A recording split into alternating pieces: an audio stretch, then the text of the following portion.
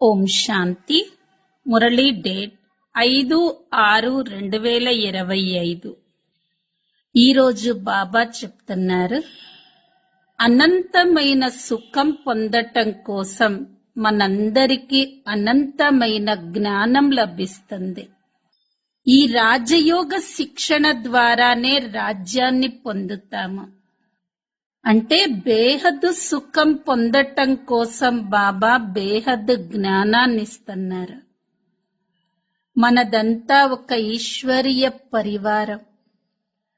ఈ పరివారం పూర్తి అతీతమైనది.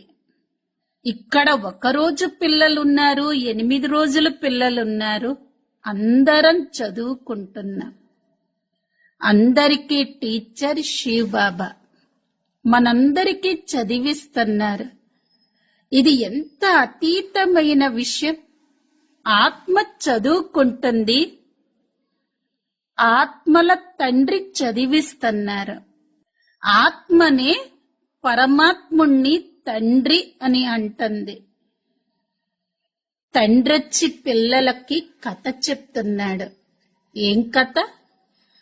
84 జన్మల యొక్క కథ చెప్తున్నారు. ఏ విషయంలోనూ సంశయ బుద్ధి ఉండకూడదు. మాయా తుఫాన్లన్నీ దాటండి, మహావీరులుగా అయ్యే. మాయా తుఫాన్లు కదిలించలేని విధంగా యోగం చెయ్యండి.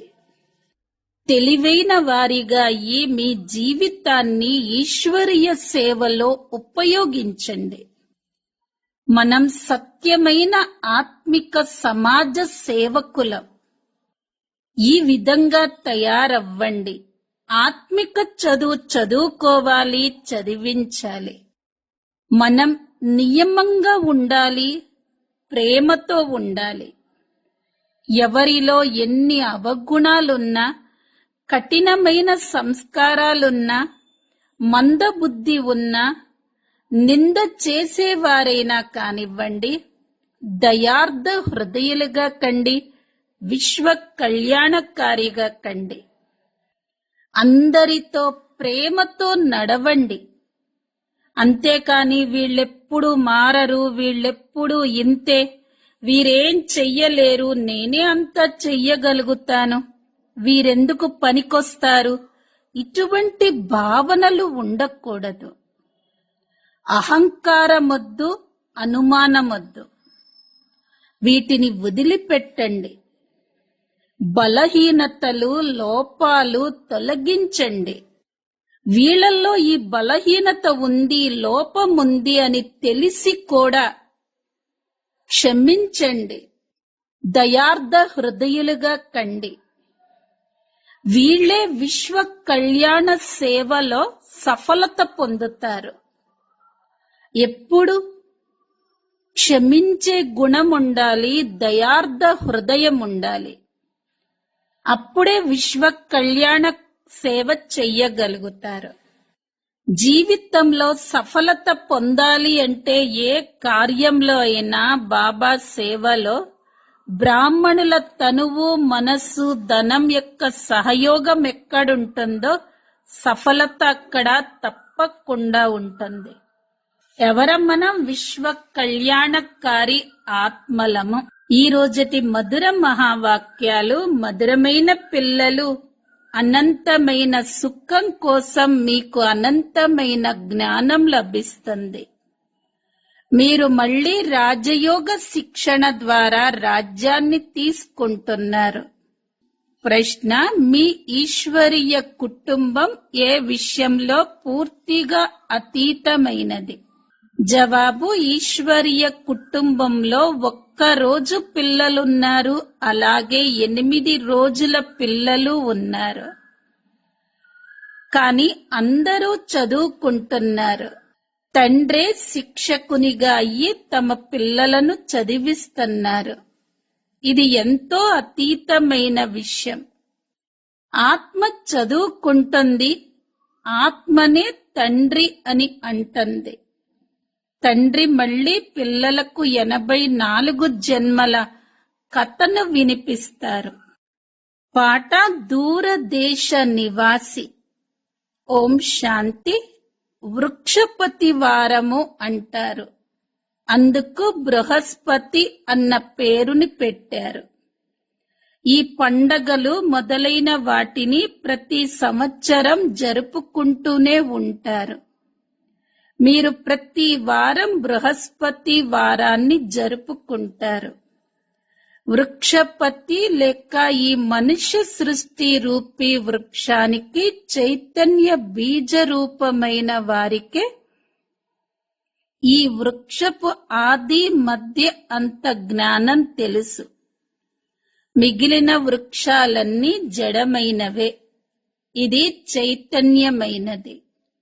దీనిని కల్పవృక్షము అని అంటారు. ఈ వృక్ష ఆయువు 5000 సంవత్సరాలు. మరియు ఈ వృక్షం 4 భాగాలలో ఉంది. ప్రతి వస్తువు 4 భాగాలలో ఉంటుంది. ఈ ప్రపంచం కూడా 4 భాగాలలో ఉంది. ఇప్పుడు ఇది పాత ప్రపంచం అంతిమం. ఈ ప్రపంచం ఎంత పెద్దది అయినా ఈ జ్ఞానం మనుష్య మాత్రులెవ్వరి బుద్ధిలోనూ లేదు. ఇది కొత్త ప్రపంచం కోసం ఇచ్చే శిక్షణ. అలాగే కొత్త ప్రపంచపు రాజులుగా అయ్యేందుకు లేక సనాతన దేవీ దేవతలుగా అయ్యేందుకు శిక్షణ కూడా కొత్తదే. భాష అయితే హిందీయే. వేరొక రాజ్య స్థాపన జరిగినప్పుడు వారి భాష కూడా వేరుగా ఉంటుంది. సత్యుగంలో ఏ భాష ఉంటుందో అది పిల్లలకు కొద్ది కొద్దిగా తెలుసు. ఇంతకు ముందు పిల్లలు ధ్యానంలోకి వెళ్లి చెప్పేవారు. అక్కడ సంస్కృతమేమీ ఉండేది కాదు. సంస్కృతమైతే ఇక్కడే ఉంది కదా. ఇక్కడ ఏదైతే ఉందో అది మళ్ళీ అక్కడ ఉండదు. వీరు వృక్షపతి అని పిల్లలకు తెలుసు. వారిని తండ్రి వృక్ష రచయిత అని కూడా అంటారు. వీరు చైతన్య బీజ రూపం. మిగిలినవన్నీ జడమైనవి. పిల్లలు సృష్టి ఆది మధ్య అంతాలని కూడా తెలుసుకోవాలి కదా. ఈ సమయంలో జ్ఞానం లేని కారణంగా మనుష్యులకు సుఖం లేదు. ఇది అనంతమైన జ్ఞానం. దీని ద్వారా అనంతమైన సుఖం లభిస్తుంది. హద్దులోని జ్ఞానం ద్వారా కాకిరెట్టతో సమానమైన సుఖం లభిస్తుంది. మనం అనంతమైన సుఖం కోసం ఇప్పుడు మళ్ళీ పురుషార్థం చేస్తున్నామని మీకు తెలుసు. ఈ మళ్ళీ అన్న పదాన్ని కేవలం మీరే వింటారు. మీరే మళ్ళా మనుష్యుల నుండి దేవతలుగా అయ్యేందుకు రాజయోగ శిక్షణను ప్రాప్తించుకుంటున్నారు. జ్ఞాన సాగరుడు నిరాకారుడైన తండ్రే అని కూడా మీకు తెలుసు. పిల్లలైన ఆత్మలు కూడా నిరాకారులే. కానీ అందరికీ తమ తమ శరీరం ఉంది. దీనిని అలౌకిక జన్మ అని అంటారు. ఇంకా ఏ మానవులు ఇలా జన్మను తీసుకోలేరు. వీరు అలా జన్మ తీసుకొని ఇతడి వానప్రస్థ అవస్థలో ప్రవేశిస్తారు. పిల్లలైన ఆత్మలకు సన్ముఖంగా కూర్చొని అర్థం చేయిస్తారు. ఇంకా ఏ ఆత్మలను ఇలా పిల్లలు పిల్లలు అని అనలేరు. ఏ ధర్మం వారికైనా శివ్ బాబా ఆత్మలైన మనందరికీ తండ్రి అని పిల్లలకు తెలుసు. వారు తప్పకుండా పిల్లలు పిల్లలు అని అంటారు కదా. మనుష్య మాత్రులెవ్వరినీ ఈశ్వరుడు అని అనరు.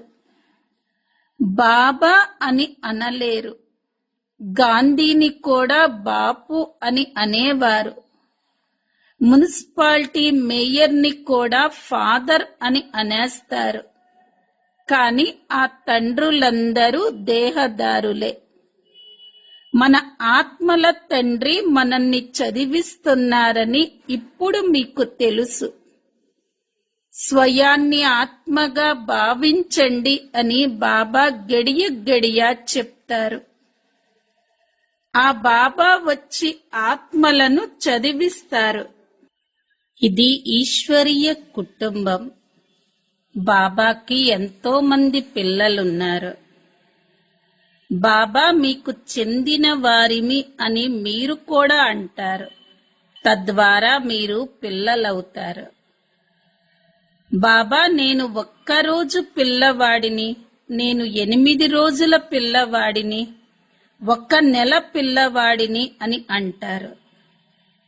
మొదట తప్పకుండా చిన్నగానే ఉంటారు. 2-4 రోజుల పిల్లలైనా ఇంద్రియాలైతే పెద్దవే కదా. కావున పెద్ద పిల్లలందరికీ చదువు కావాలి. ఎవరెవరైతే వస్తారో వారందరినీ బాబా చదివిస్తారు. మీరు కూడా చదువుతారు. బాబా పిల్లలుగా అయ్యాక మీరు 84 జన్మలు ఎలా తీసుకున్నారో వారు అర్థం చేయిస్తారు. నేను కూడా అనేక జన్మల అంతిమంలో ఇతనిలో ప్రవేశిస్తాను, మళ్ళీ చదివిస్తాను. ఇక్కడ మనం అతి పెద్ద టీచర్ వద్దకు వచ్చామని పిల్లలకు తెలుసు. వారి నుండే మళ్ళీ ఈ టీచర్ వెలువడ్డారు. వీరిని మార్గదర్శకులు అని అంటారు. వారు కూడా అందరినీ చదివిస్తూ ఉంటారు. ఎవరైతే తెలుసుకుంటూ ఉంటారో వారు చదివిస్తూ ఉంటారు. మొట్టమొదట 2 తండ్రులు ఉన్నారు అని అర్థం చేయించాలి. ఒకరు అలౌకిక తండ్రి, ఇంకొకరు పారలౌకిక తండ్రి.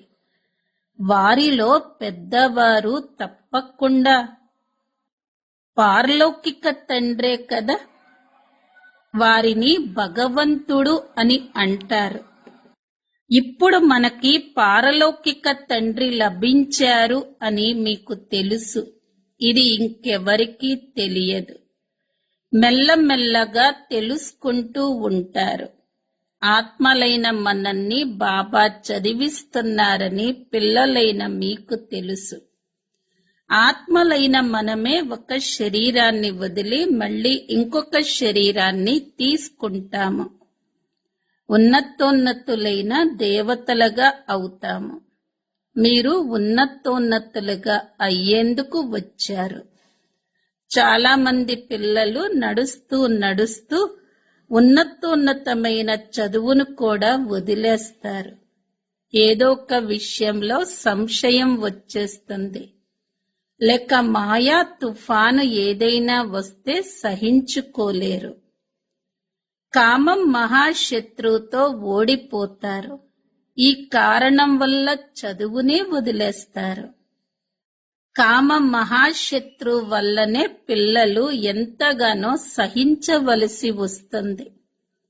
కల్పకల్పము అబలలైన మాతలైన మీరే పిలుస్తూ ఉంటారు అని బాబా అంటారు. బాబా మమ్మల్ని నగ్నంగా అవ్వటం నుండి రక్షించండి అని అంటారు. స్మృతి తప్ప వేరే మార్గం లేదు అని బాబా అంటారు. స్మృతి ద్వారానే శక్తి లభిస్తూ ఉంటుంది. శక్తివంతమైన మాయాశక్తి తగ్గిపోతూ ఉంటుంది. మళ్ళీ మీరు విముక్తులైపోతారు. ఇలా ఎంతో మంది బంధనాల నుండి విముక్తులై వస్తారు. మళ్ళీ అత్యాచారాలు జరగటం సమాప్తమైపోతుంది. మళ్ళీ శివ్ బాబాతో బ్రహ్మ ద్వారా మాట్లాడతారు. ఇది అలవాటైపోవాలి. మేము శివ్ బాబా వద్దకు వెళుతున్నాం. వారు ఈ బ్రహ్మ తనువులోకి వస్తారు. మేము శివబాబా ముందు కూర్చున్నాము అని బుద్ధిలో ఉండాలి. స్మృతి ద్వారానే వికర్మలు వినాశనమవుతాయి. స్వయాన్ని ఆత్మగా భావిస్తూ బాబాని స్మృతి చెయ్యండి. ఇదే శిక్షణ లభిస్తుంది. బాబాను కలుసుకునేందుకు వచ్చినప్పుడు కూడా స్వయాన్ని ఆత్మగా భావించండి. ఆత్మ అభిమాని భవ. ఈ జ్ఞానం కూడా మీకు ఇప్పుడే లభిస్తుంది. ఇదే శ్రమ. ఆ భక్తి మార్గంలో ఎన్నో వేద శాస్త్రాలు మొదలైనవి చదువుతారు. ఇక్కడైతే కేవలం స్మృతి శ్రమయే చెయ్యవలసి ఉంటుంది. ఇది చాలా సహజాతి సహజమైనది, అలాగే అతి కష్టమైనది కూడా. బాబాని స్మృతి చెయ్యటం కన్నా సహజమైన విషయమేదీ ఉండదు. కొడుకు పుట్టగానే నోటి నుండి నాన్నా నాన్న అని వెలువడుతూ ఉంటుంది. కూతురి నోటి నుండి అమ్మ అమ్మ అని వస్తూ ఉంటుంది. ఆత్మ స్త్రీ శరీరాన్ని ధారణ చేసింది. ఆడపిల్ల తల్లి వద్దకే వెళుతూ ఉంటుంది. కొడుకు ఎక్కువగా తండ్రిని స్మృతి చేస్తూ ఉంటాడు.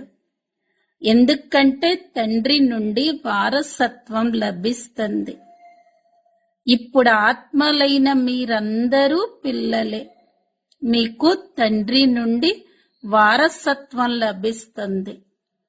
స్మృతి చెయ్యటం ద్వారా ఆత్మకు తండ్రి నుండి వారసత్వం లభిస్తుంది. దేహ అభిమానులుగా ఉంటే వారసత్వాన్ని పొందటంలో కష్టమవుతుంది. నేను పిల్లలను చదివిస్తాను అని బాబా అంటారు.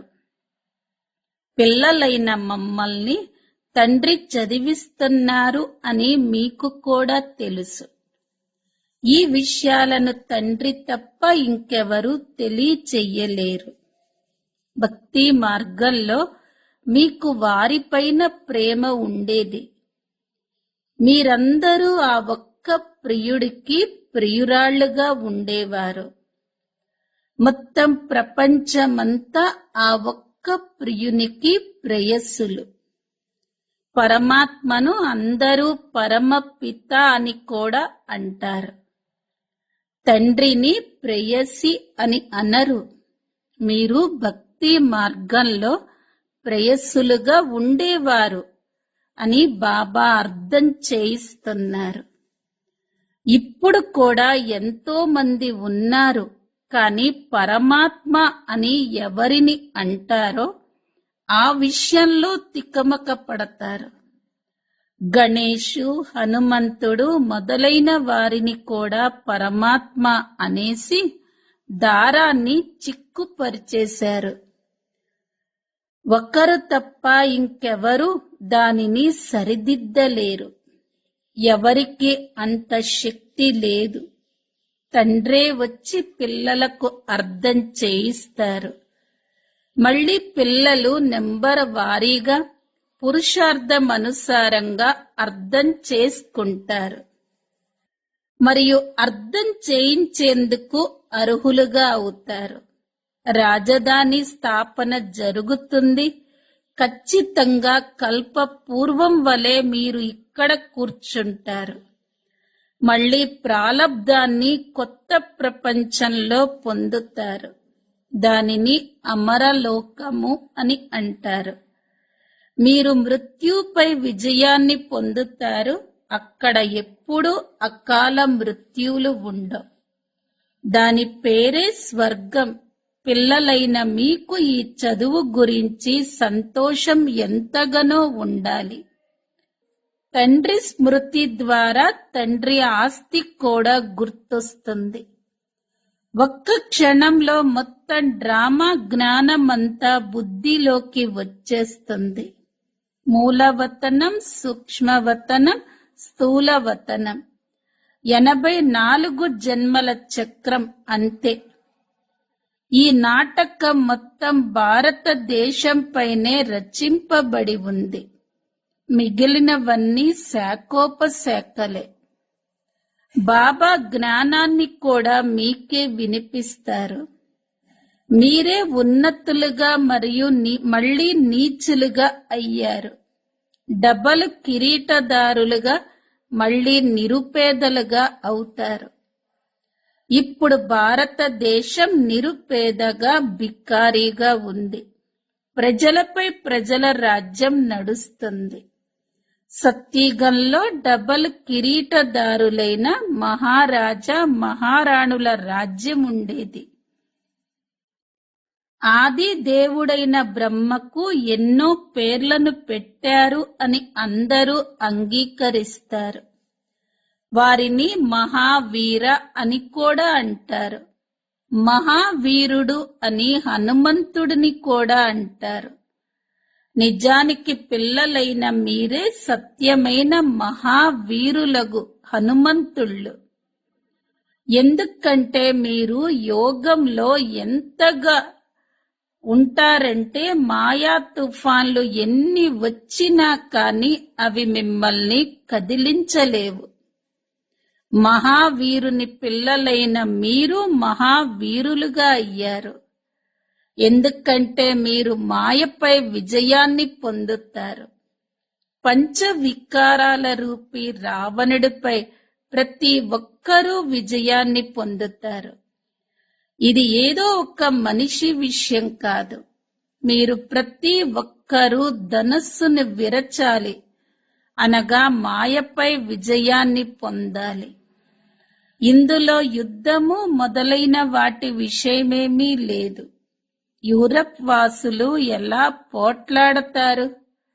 భారతదేశంలో కౌరవుల మరియు యాదవుల యుద్ధం జరుగుతుంది. రక్తపు నదులు ప్రవహిస్తాయి, అలాగే పాల నదులు ప్రవహిస్తాయి అన్న గాయనం కూడా ఉంది. విష్ణువుని క్షీరసాగరంలో చూపిస్తారు. లక్ష్మీనారాయణులు పారసనాథులు. నేపాల్లో పశుపతి అన్న పేరుని పెట్టేశారు. ఒక విష్ణువుకే 2 రూపాలున్నాయి. పారసనాథుడు, పారసనాథిని. వారు పశుపతి నాదపతి, పశుపతి నాదపత్ని. అందులో విష్ణు చిత్రాలు తయారు చేస్తారు. చిన్న కొలను కూడా తయారు చేస్తారు. ఆ కొలనులో పాలు ఎక్కడి నుండి వస్తాయి? పండగ రోజు అందులో పాలు పోస్తారు. క్షీరసాగరంలో విష్ణు పడుకున్నట్లుగా చూపిస్తారు. దాని అర్థమేమీ లేదు. 4 భుజాలున్న మనుషులు ఎవరూ ఉండరు. ఇప్పుడు పిల్లలైన మీరు సమాజ సేవకులు. మీరు ఆత్మిక తండ్రి పిల్లలు కదా. తండ్రి అన్ని విషయాలను అర్థం చేయిస్తారు. ఇందులో ఎటువంటి సంశయము రాకూడదు. సంశయము అనగా మాయా తుఫాను. హే పతిత పావన రా, వచ్చి మమ్మల్ని పావనంగా చెయ్యి అని మీరు నన్ను పిలుస్తారు. నన్నొక్కడినే స్మృతి చేసినట్లయితే మీరు పావనంగా అయిపోతారు అని బాబా అంటారు. 84 జన్మల చక్రాన్ని కూడా స్మృతి చెయ్యాలి. బాబాని పతిత పావనుడు, జ్ఞాన సాగరుడు అని అంటారు. అంటే 2 మహిమలు ఉన్నాయి కదా. వారు పతితులను పావనంగా తయారు చేస్తారు మరియు 84 జన్మల చక్రపు జ్ఞానాన్ని కూడా వినిపిస్తారు. బాబా ఎంత మధురమైన వారో మీకు నెంబర్ వారీగా పురుషార్థం అనుసారంగా తెలుసు. వారిని పతులకు పతి అని కూడా అంటారు. వారు తండ్రి కూడా. నా నుండి పిల్లలైన మీకు చాలా గొప్ప వారసత్వం లభిస్తుంది అని ఇప్పుడు బాబా అంటారు. ఇటువంటి తండ్రి నగు నన్ను కూడా వదిలేస్తారు. ఇది కూడా డ్రామాలో రచింపబడి ఉంది.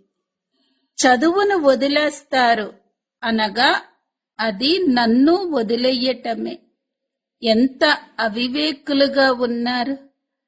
తెలివైన పిల్లలు ఎవరైతే ఉంటారో వారు సహజంగానే అన్ని విషయాలను అర్థం చేసుకొని ఇతరులకు అర్థం చేయించటం మొదలు పెడతారు.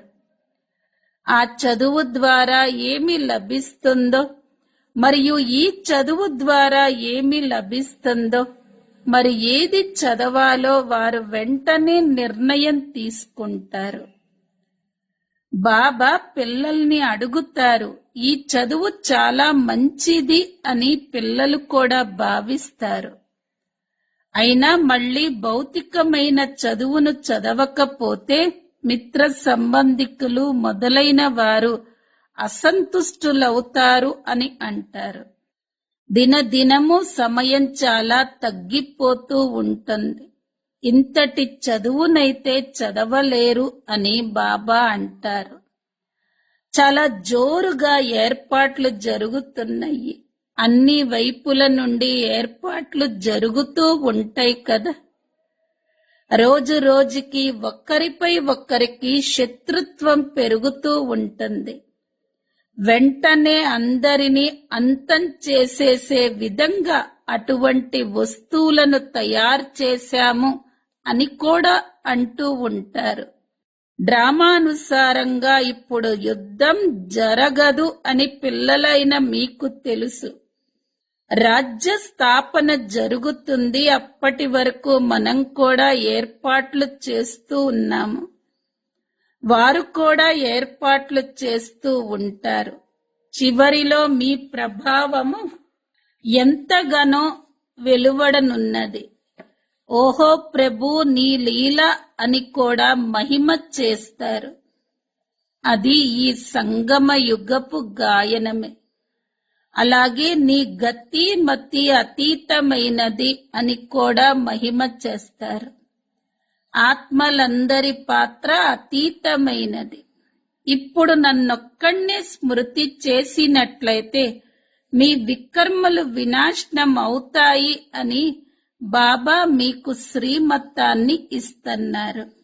శ్రీమతం ఎక్కడ, మనుష్యుల మతం ఎక్కడ?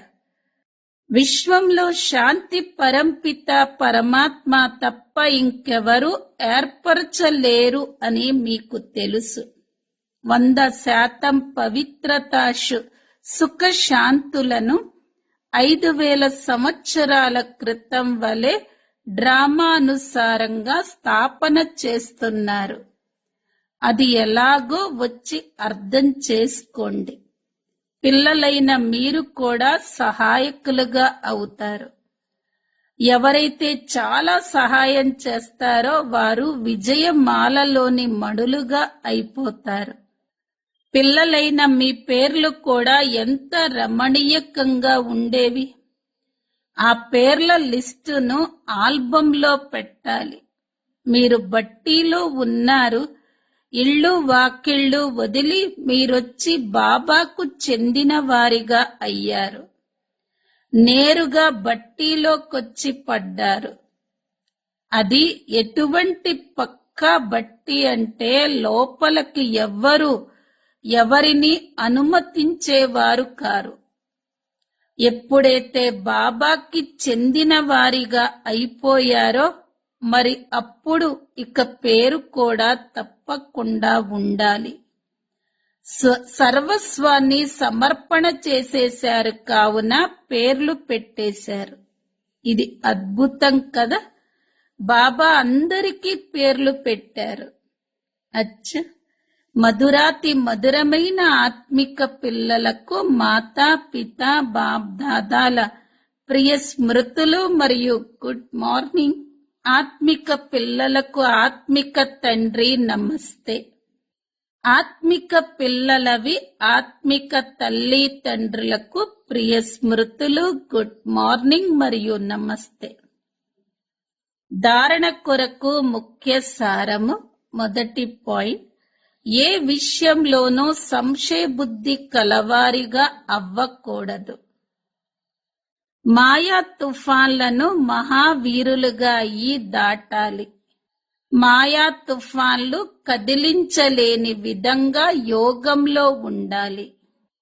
రెండో పాయింట్, తెలివైన వారిగా అయ్యి మీ జీవితాన్ని ఈశ్వరీయ సేవలో వినియోగించాలి.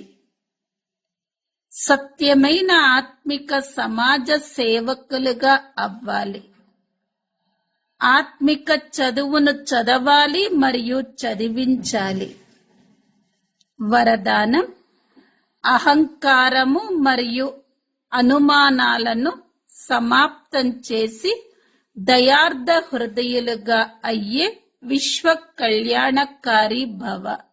ఎటువంటి అవగుణాలు కలిగిన వారైనా, కఠినమైన సంస్కారాలు కలవారైనా, మందబుద్ధి ఉన్నవారైనా, ఎల్లప్పుడూ నింద చేసే ఆత్మ అయినా కాని దయార్థ హృదయులు, విశ్వ కళ్యాణకారి పిల్లలు ఎవరైతే ఉంటారో వారు ఆత్మలందరి పట్ల లాఫుల్గా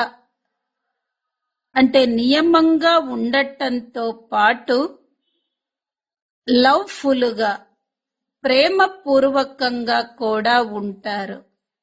వీరైతే ఎప్పుడూ మారలేరు, వీరు ఇంతే, లేక వీరు ఏమీ చెయ్యలేరు, నేనే అంతా, వీరెందుకు పనికిరారు లాంటి భావాలలోకి ఎప్పుడూ రారు. ఈ విధమైన అహంకారము మరియు అనుమానాలను వదిలి బలహీనతలు లేక లోపాలను తెలిసి ఉండి కూడా క్షమించే దయార్థ హృదయులైన పిల్లలే విశ్వ కళ్యాణ సేవలో సఫలత పొందుతారు. స్లోగన్: ఎక్కడైతే బ్రాహ్మణుల తనువు, మనస్సు, ధనముల సహయోగం ఉంటుందో అక్కడ సఫలత తోడుగా ఉంటుంది. అవ్యక్త ప్రేరణలు: ఆత్మిక స్థితిలో ఉండే అభ్యాసం చెయ్యండి, అంతర్ముఖులుగా అవ్వండి. ఆత్మలు మీ ఆత్మిక స్వరూపాన్ని అనుభవం చేసినప్పుడు వారు బాబా వైపుకు ఆకర్షితులయ్యి ఓహో ప్రభు అన్న పాటను పాడతారు మరియు దేహ బాణం నుండి సహజంగానే అర్పణైపోతారు. ఓహో మీ భాగ్యము, ఓహో నా భాగ్యము. ఈ భాగ్యపు అనుభూతి కారణంగా దేహము మరియు దేహ సంబంధాల స్మృతిని త్యాగం చేసేస్తారు. ఓం శాంతి.